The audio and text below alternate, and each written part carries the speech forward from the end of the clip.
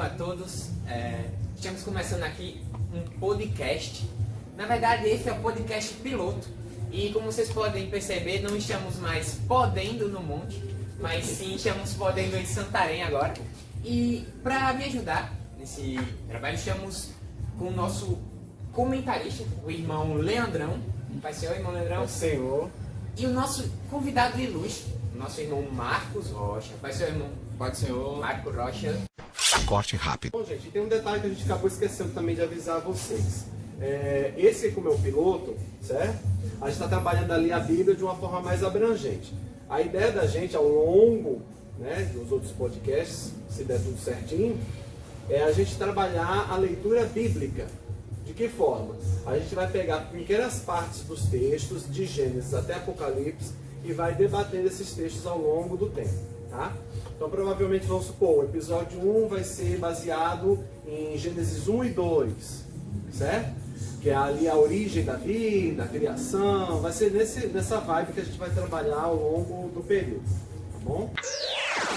E teremos como nosso tema principal de hoje a importância e a relevância da Palavra de Deus, tanto nos tempos passados como nos tempos presentes e eternamente, claro. E também teremos como o texto-chave Hebreus, capítulo 13 e versículo 8. O nosso irmão 9, né? Versículo 9 também. O nosso irmão Marcos, para ler.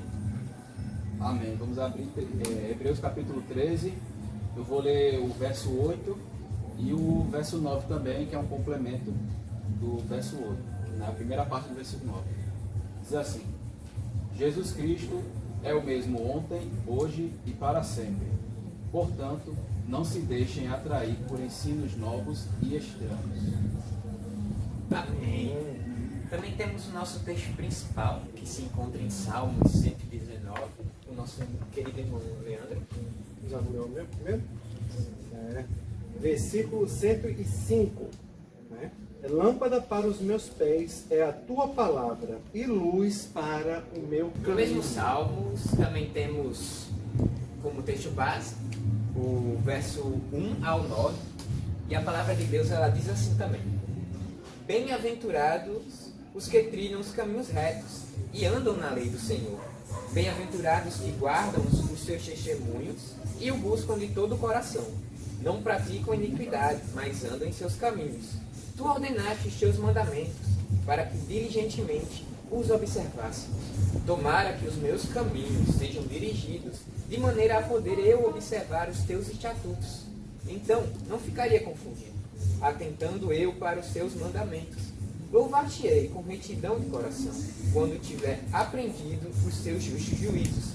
Observarei os teus estatutos, não me desamparaste totalmente. Como purificará o jovem o seu caminho? Observando conforme a tua palavra. De todo o meu coração te busquei, não me deixes desviar dos teus mandamentos. Adicionei o versículo 10, né, também, que fala sobre a palavra de Deus. E esse é o nosso texto base para iniciarmos aqui o nosso debate sobre a palavra de Deus. E o nosso tema, né, como já foi lido e relido, é sobre a palavra de Deus. Claramente a sua importância para nós como cristãos, né, a sua importância assim desde o começo da criação até hoje, né? E até o que irá acontecer também no mundo. E eu quero fazer uma pergunta assim polêmica, logo de cara, para Rochinha. E aí, Rochinha, você acha que está pronto para responder? Depende do que seja. A minha pergunta é: você considera a palavra de Deus como a mensagem de Deus e palavra infalível para nós cristãos? Ou existe alguma falha na palavra, sendo ela escrita por homens? Ixi, o irmão chegou pesado. Essa é uma dúvida que pesa até na mente dos cristãos, né? Você pode ver que muitos cristãos consideram como palavra de Deus, mas uma palavra falível. Uma palavra que, por mais que seja inspirada por Deus, foi escrita por homens. Mas o que você acha?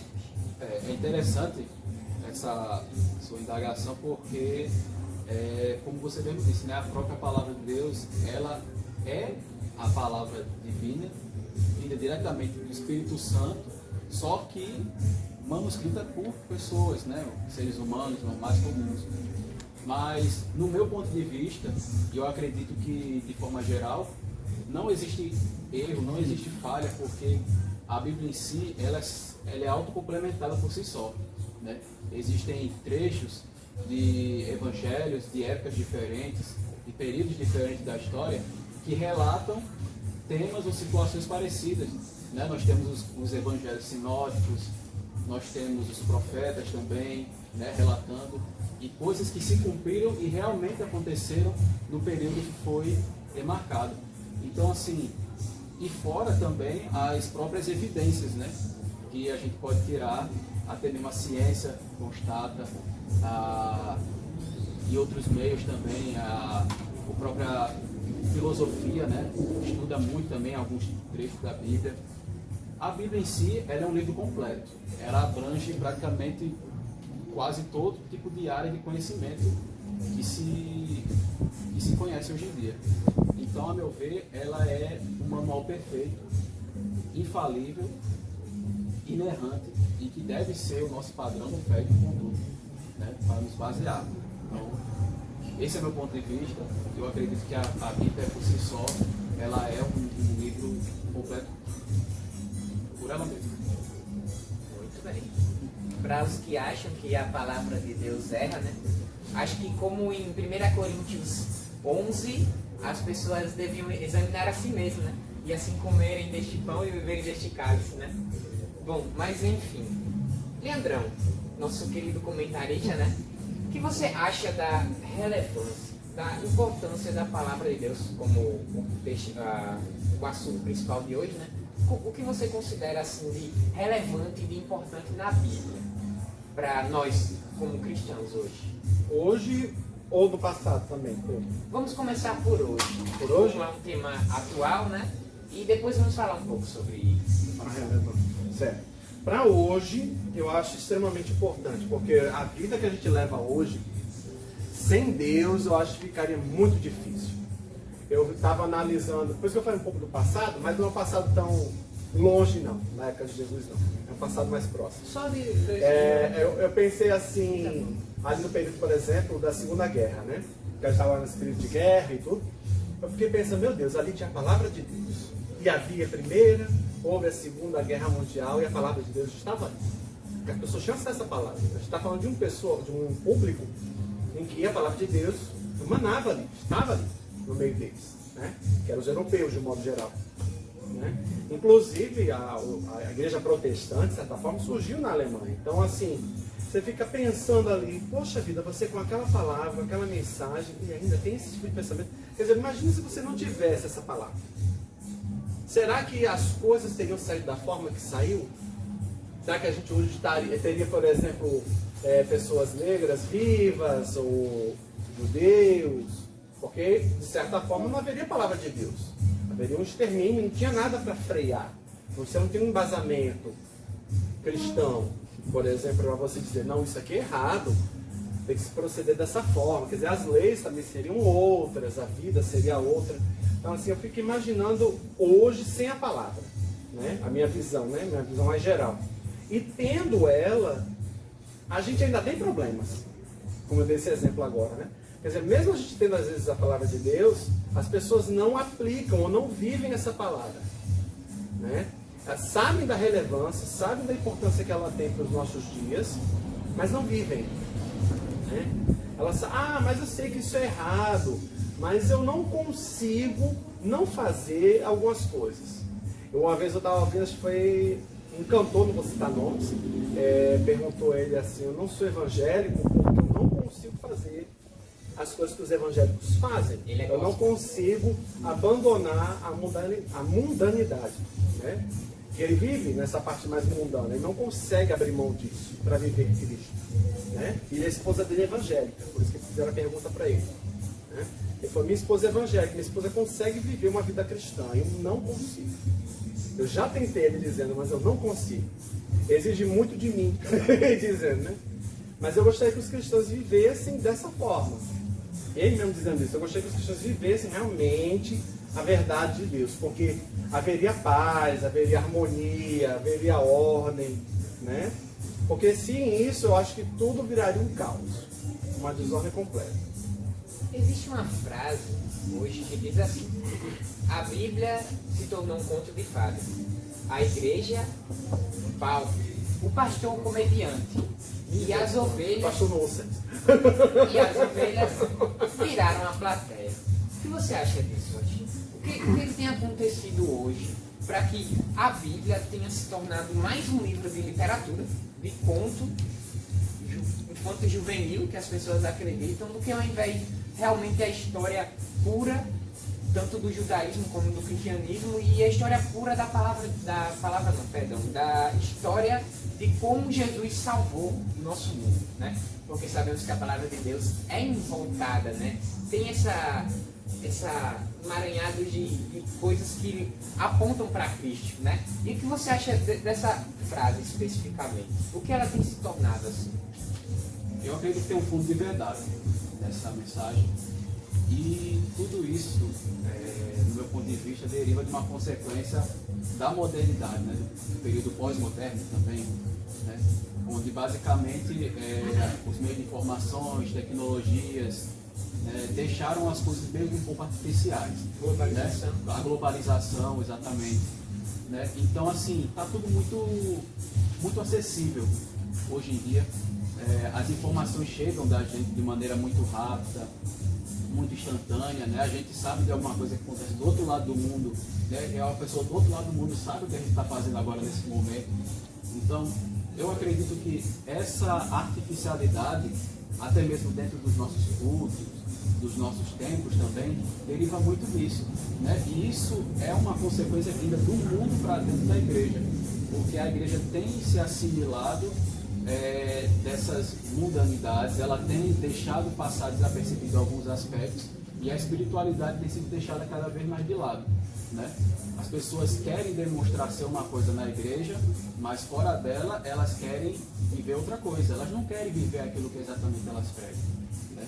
E o que faz de quem está lá na frente, de quem está, por exemplo, um pastor, um obreiro, alguém que está ministrando a palavra, como se fosse um mero fantoche do sistema. Então, esse é o momento de nós refletirmos de como está a nossa condição como cristão, né? Se estamos vivendo de fato o Evangelho que a Bíblia nos ensina, né? Se estamos levando em relevância e consideração a palavra de Deus como um manual de fé e conduta prática, né? E se estamos avaliando ela como realmente um livro inerrante, como foi comentado na primeira pergunta. Então, tudo isso eu acredito que é uma consequência do período pós-moderno, né? A gente também se vê levantando muitos tipos de pregadores, né? Que praticamente são animadores de plateia, sendo que a palavra por si só, ela é operosa, né? Na vida da pessoa. Ela por si só, ela é capaz de tocar o coração. Não é por intermédio da minha palavra, não é por intermédio da sua ou a dele, né? É o Espírito Santo que opera por intermédio da palavra de Deus. E nós não temos que manipular ou controlar a igreja, dizendo, se você não der glória a Deus, se você não fizer isso e aquilo, o Espírito Santo não vai. É claro que nós temos que deixar o Espírito Santo agir na nossa vida, mas tudo isso deriva da nossa atitude, do nosso interior, né? Então, não é algo assim espontâneo ou forçado, né? Espontâneo não é algo forçado, e sim espontâneo. Então, a naturalidade das coisas tem sido deixada cada vez mais de lado devido a essas questões pós-modernistas, né? E a tecnologia, as mídias sociais, né? Todo tipo de gente hoje, no YouTube, alguma influência qualquer, pode gravar um vídeo falando sobre o Evangelho, e está na moda também as pregações coach, né? Fala muito, você vai vencer, depende disso aqui, E você fala, vai E foi o show gospel, né? Os shows gospel também, que apela muito para o lado emocional, sentimental, querendo manipular as pessoas de um jeito ou de outro. Não é, gente, eu vou deixar claro, não estou criticando o show gospel, tá certo? Mas é porque tem show que não dá, irmão. É necessário haver um filtro, a gente precisa ter um filtro e, como o apóstolo Paulo diz, né, saber reter aquilo que é bom para a nossa vida, né? Nem tudo o que reluz é ouro, então, ou seja, não é porque uma igreja está levantando tantas pessoas está atraindo tantos membros, que necessariamente aquela é uma igreja que está andando conforme os padrões de Cristo, que está andando conforme os padrões da Bíblia Sagrada. Mas às vezes as pessoas são facilmente levadas pela emoção. Ou seja, se aquela igreja não preza pelo ensino e a prática da palavra de Deus, da Bíblia, o conhecimento da Bíblia Sagrada, de nada vale aquilo ali. Pois esse manual aqui é o que devemos levar em consideração para a nossa vida. Agora tem um detalhezinho só para complementar o que ele estava falando, com relação ao estava falando dos shows, né, das pregações. Muita gente usa a Bíblia como base para dizer, não, mas antigamente, na palavra de Deus, isso era feito publicamente. Né? Você chegava, você pregava a palavra de Deus ao público, você atraía multidões, Jesus fez isso. Né? Jesus chegava, onde ele estava, as multidões se enchiam ao redor dele. Só que é o que o próprio Jesus falou, qual é o intuito das pessoas que estão ali. Quem está ali para buscar o quê? Para buscar a palavra de Deus? Para buscar essa mensagem aqui? Para buscar milagres? Qual é a sua intenção de estar ali? Veio pelo oba-oba para ver o que está acontecendo. Tem gente que vai lá para ver o espetáculo. Eu quero ir para ver Jesus curar as pessoas, eu quero ouvir uma mensagem que me edifique, mas às vezes não quer ouvir uma mensagem de doutrinação, por exemplo. De confronto. Aí a pessoa não quer, não, eu estou indo ali para curtir o momento. Só que a palavra de Deus, ela não é assim.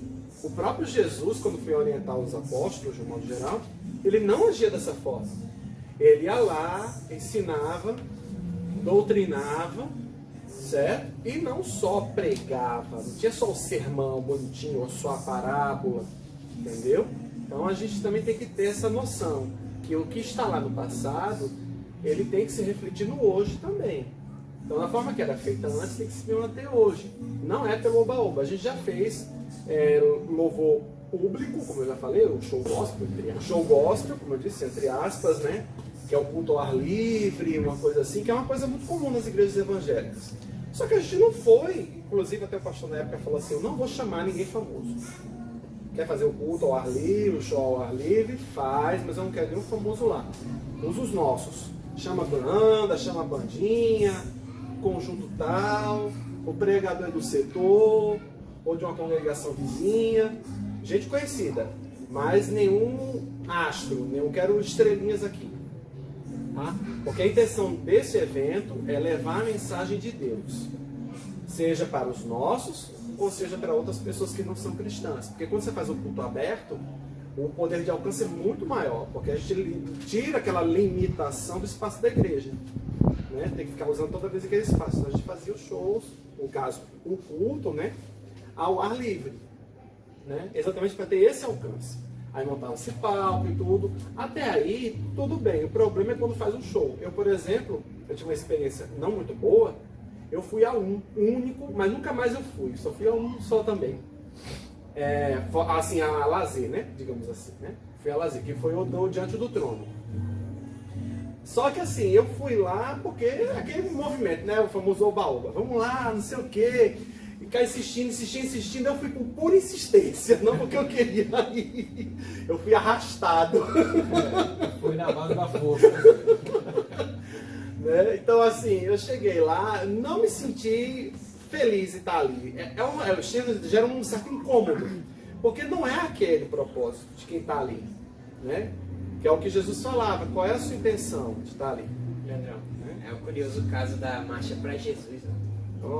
A boa intenção, ok, tem uma boa intenção, mas... E evangeliza também, né? Evangeliza, ok, mas o que acontece, o que é o complicado, né? O que acontece por detrás dos panos, vai todo tipo de gente, e o que deveria ser marcha para Jesus acaba sendo marcha para qualquer outra coisa, menos para Jesus. Né? Esse é o problema. E é interessante para se concluir que você já falando a respeito dos falsos pregadores e tudo mais, né? Em João 10, Jesus mesmo fala assim, ó.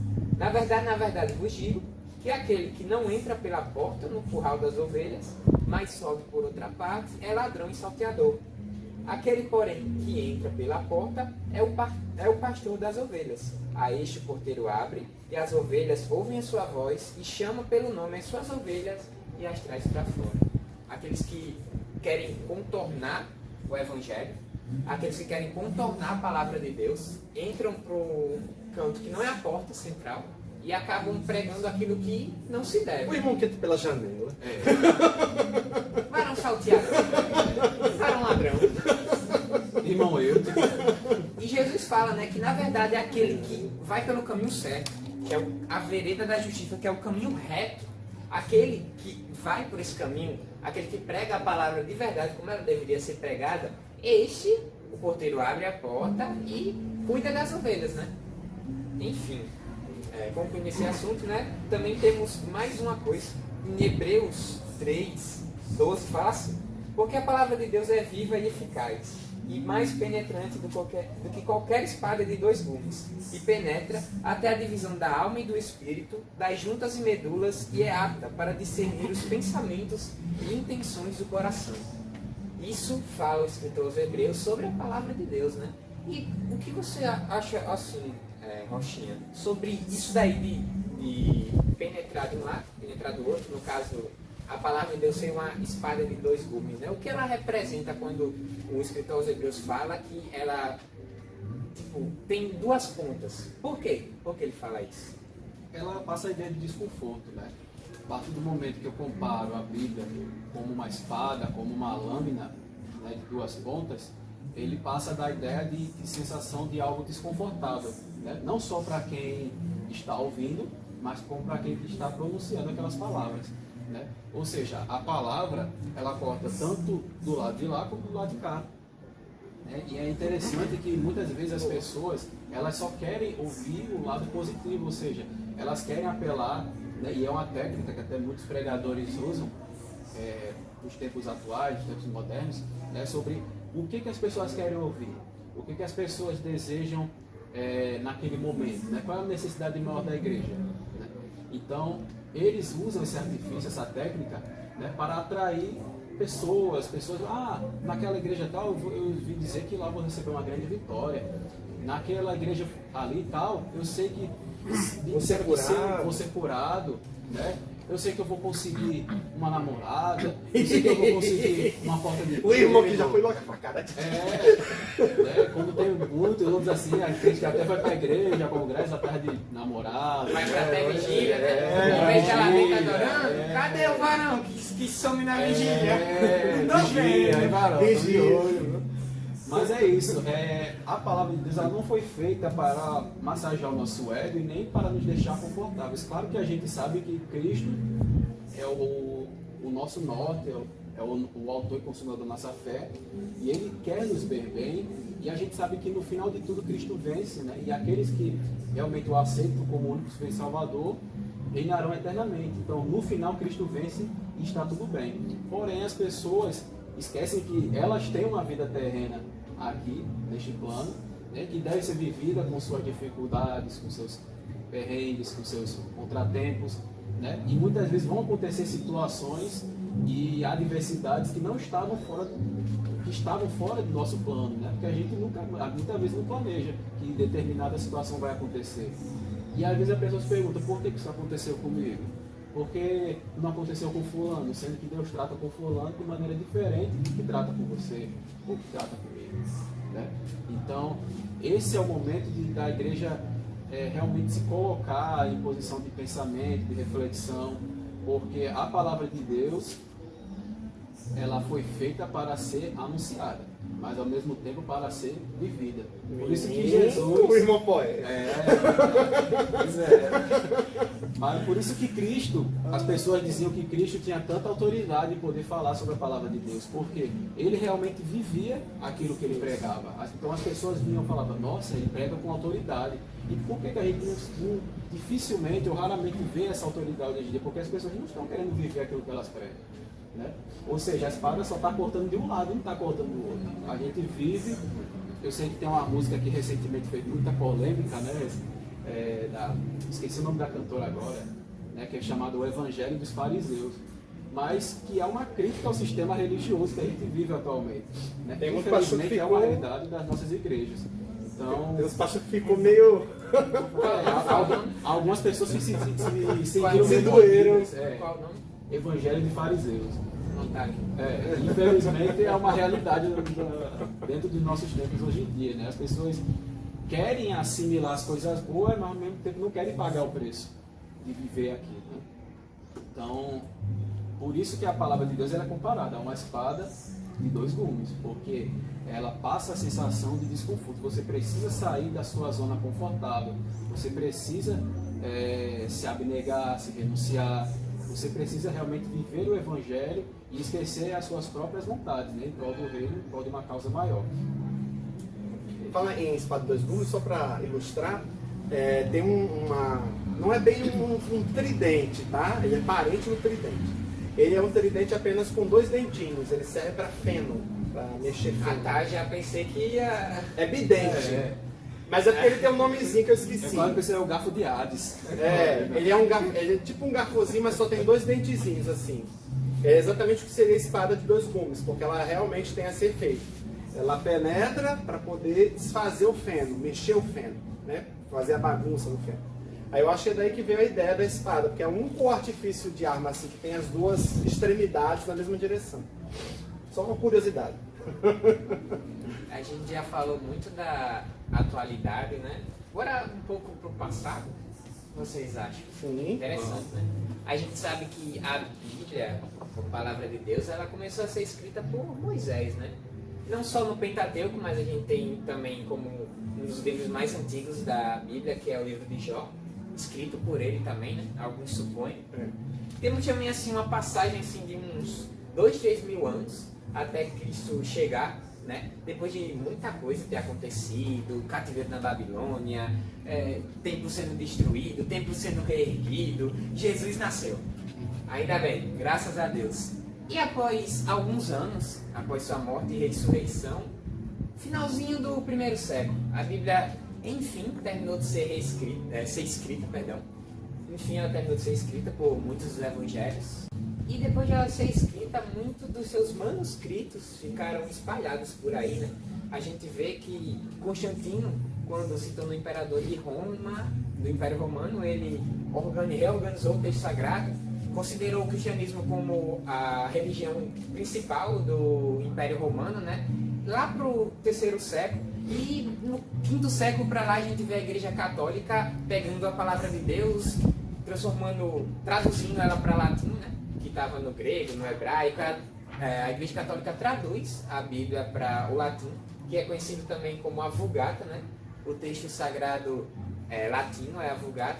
E nós temos aí uma passagem de mais uns 10 séculos, até a Reforma Protestante, onde Martinho Lutero simplesmente olha e diz assim: peraí, isso está errado.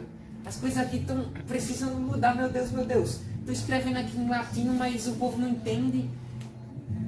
Martinho Lutero viu que a palavra de Deus ela era importante para todo mundo que se considerava cristão. E ele entendeu que não tinha como você, sendo cristão, não ler a palavra de Deus. As pessoas precisavam ler para compreender o verdadeiro evangelho. Concorda comigo, né? Sim. E o que eu acho mais interessante é porque ele pede para a Bíblia ser traduzida. Graças a Deus, não por destino, mas pela misericórdia do Senhor, na mesma época surgiu a imprensa e a Bíblia foi espalhada, não só pela Alemanha, mas pelo mundo todo. E a gente vê aí um passado de tempo extraordinário, onde a Bíblia foi sendo reorganizada, mas agora está em nossas mãos, né? E esse passado, assim, Leandrão, o que você acha desse passado bíblico, né? Depois de 5.000 anos dela sendo escrita, você acha que, assim, o conteúdo dela até hoje é preservado? Ou o passado fez com que algumas coisas foram se perdendo e a gente não tem mais a fidelidade que a gente tinha antes? Essa é a pergunta do século, literalmente. Porque isso, inclusive, já foi tema de discussão, né, no meio acadêmico, nas igrejas e tudo mais, se a Bíblia que nós temos hoje ela é apropriada ou adequada, né? Se ela está completa, se o significado é aquilo mesmo que está escrito. Aí vou trazer aqui para o João Ferreira de Almeida, certo? Para a nossa situação. Jesus. O que acontece? João Ferreira de Almeida, que é um tradutor da Bíblia para o português, Ele, na verdade, traduziu para o português de forma abrangente, né? Não é português, muita gente pensa, português brasileiro. Não. Português. Isso é um século atrás, né? Mas é para todos os portugueses. Do português que vive em Portugal, Angola. porque o texto é o mesmo. O que muda do português é só a linguagem. Figura de linguagem muda. Mas ele tentou fazer a tradução para o português de uma forma muito geral. Só que existe um porém. Quando você vai traduzindo de várias línguas, tem palavras que não têm significado em determinado idioma. Tem palavras que não tem. Vamos dar um exemplo. Eu citei um exemplo que acontece no português para o espanhol. No espanhol não tem a palavra alma. Não existe a palavra alma em espanhol. Como é que você vai traduzir para o espanhol alma? E isso eu passei essa onça porque eu estava para fazer uma tradução de uma pregação de um pregador espanhol, isso na igreja. Na época eu estava fazendo curso de espanhol. Aí o pastor descobriu que eu estava fazendo curso de espanhol e ia trazer um pregador espanhol lá para pregar. Aí foi, irmão, você pode traduzir o irmão na hora da pregação? Aí ele falou, pastor, eu ainda estou fazendo o curso. Deus mío, ajuda-me. Aí eu falei, pastor, eu estou fazendo o curso. Ele falou, eu te ajudo, dou um jeitinho. E o pastor falava português também. O pastor que ia pregar falava português. Só que ele tinha uma certa dificuldade com o português, que da mesma forma que eu estava aprendendo. Enfim, aí ele me pediu para fazer isso. Eu fui procurar o professor, porque tinha palavras que ele ia falar na pregação, e eu precisava ter a tradução, que eu não sabia. Aí eu falei, preciso da palavra alma. Aí o professor disse, não existe. Aí ele falou, como é que é? Não existe no espanhol alma. Aí eu falei, e agora? Como é que eu vou explicar alma para as pessoas na pregação, no meio do povo? Aí ele falou, simples, mas no espanhol é dividido em espírito humano, espírito de Deus e espírito santo. A divisão das partes, né, que a gente tem, que é corpo, alma, espírito, Espírito Santo, essas divisões todas, né? Mas tirando a parte do corpo, no caso a gente tem alma, espírito e Espírito Santo. 3, né? Aí essas 3 divisões, a alma é o espírito humano. Entendeu? Aí eu falei, meu Deus, eu espero que na hora não é. Né? Mas deu certo, graças a Deus deu certo. Mas tem essas dificuldades. Então, para se traduzir a Bíblia, ele passou por essas dificuldades também. Porque primeiro a Bíblia são vários idiomas, há versões originais, né? Tem a questão de tempo, que aquela palavra às vezes cai em desuso, não é mais utilizada, e quando vai ser traduzida, por exemplo, no português original, a minha Bíblia é contemporânea. No português original, tem coisa, não coisa, a palavra. Sim, tem a adição, perdão, modificação de palavras. Tem a revisão da ortografia também, né? Aí tinha PH, tiraram, agora é o Fzinho. Então toda essa mudança do João Ferreira de Almeida para agora, por exemplo, essa minha contemporânea é a contemporânea revisada. A contemporânea do João Ferreira de Almeida tinha coisa, PH, tinha todas as regras antigas, tá na versão original, mas nessa versão já é corrigida, certo? Porque quem pediu a correção foi o governo, inclusive. Porque o governo tem a casa publicadora, né, da Bíblia oficial, e ela exige que seja feita a correção da língua portuguesa na Bíblia, é uma exigência do governo. Então, aí o livro tem que estar de acordo com a regra gramatical do país. Não pode estar com a regra de outro. Tem toda essa burocracia. Então, aí, às vezes, a palavra não encaixa. Aí ele tem que arranjar meios de tentar explicar aquilo ali. Né? Então, por isso que muita gente diz a Bíblia foi muito adulterada, muito modificada. A intenção do texto bíblico é não mudar a sua essência. Né? Porque muita gente não entende isso. A intenção é não mudar a sua essência, a sua raiz. O propósito da mensagem. Isso não pode sofrer mudança. Aí que eu fico na dúvida.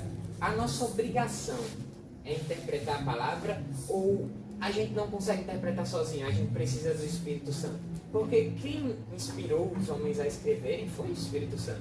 A gente é totalmente dependente do Espírito Santo para, como podemos dizer, interpretar as Escrituras. De um modo mais grosseiro, sim, mas nem sempre. Tem situações em que as pessoas conseguem entender o que está escrito sem uma interpretação assim extraordinária. Vamos supor, depende muito do texto. Vamos supor, você está no livro de Apocalipse. Você precisa do Espírito Santo para entender aquilo ali, meu irmão. Porque é muita figura de linguagem, muita questão coloquial, entendeu? Então isso dificulta um pouquinho. Ou você tem conhecimento da coisa, ou você vai precisar da ajuda do Espírito Santo para entender aquele texto. Tem textos que são simples. Por exemplo, do Gênesis que a gente está citando como exemplo, quem fala ali da origem, é um texto que você dá para uma criança e a criança vai entender.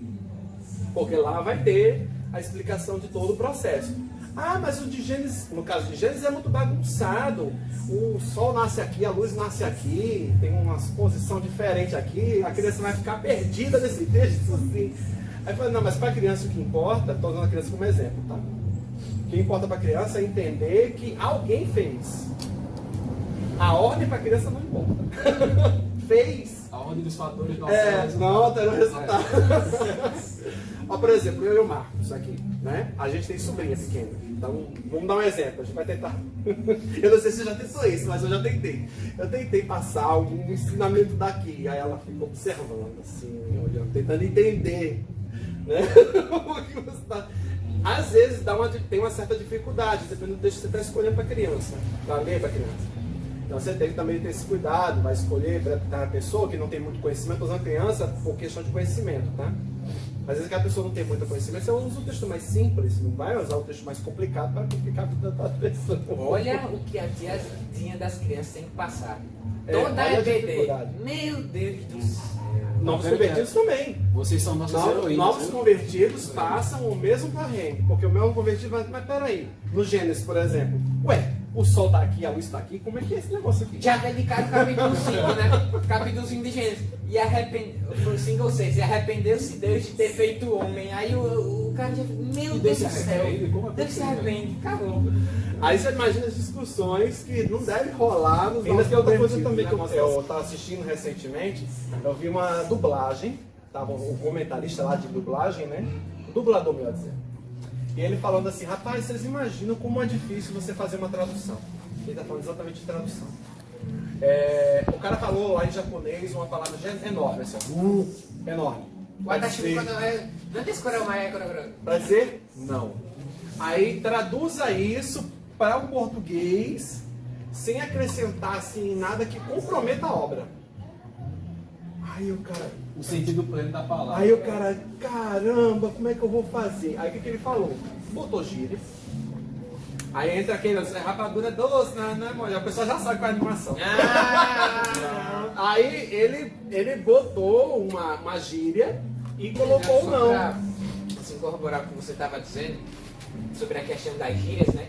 Já pensou se o nosso querido e amado Samuel tivesse escrito lá no seu livrinho, Davi chega para Golias e fala: tu é grande, mas não é dois, eu sou pequeno, mas não sou metade.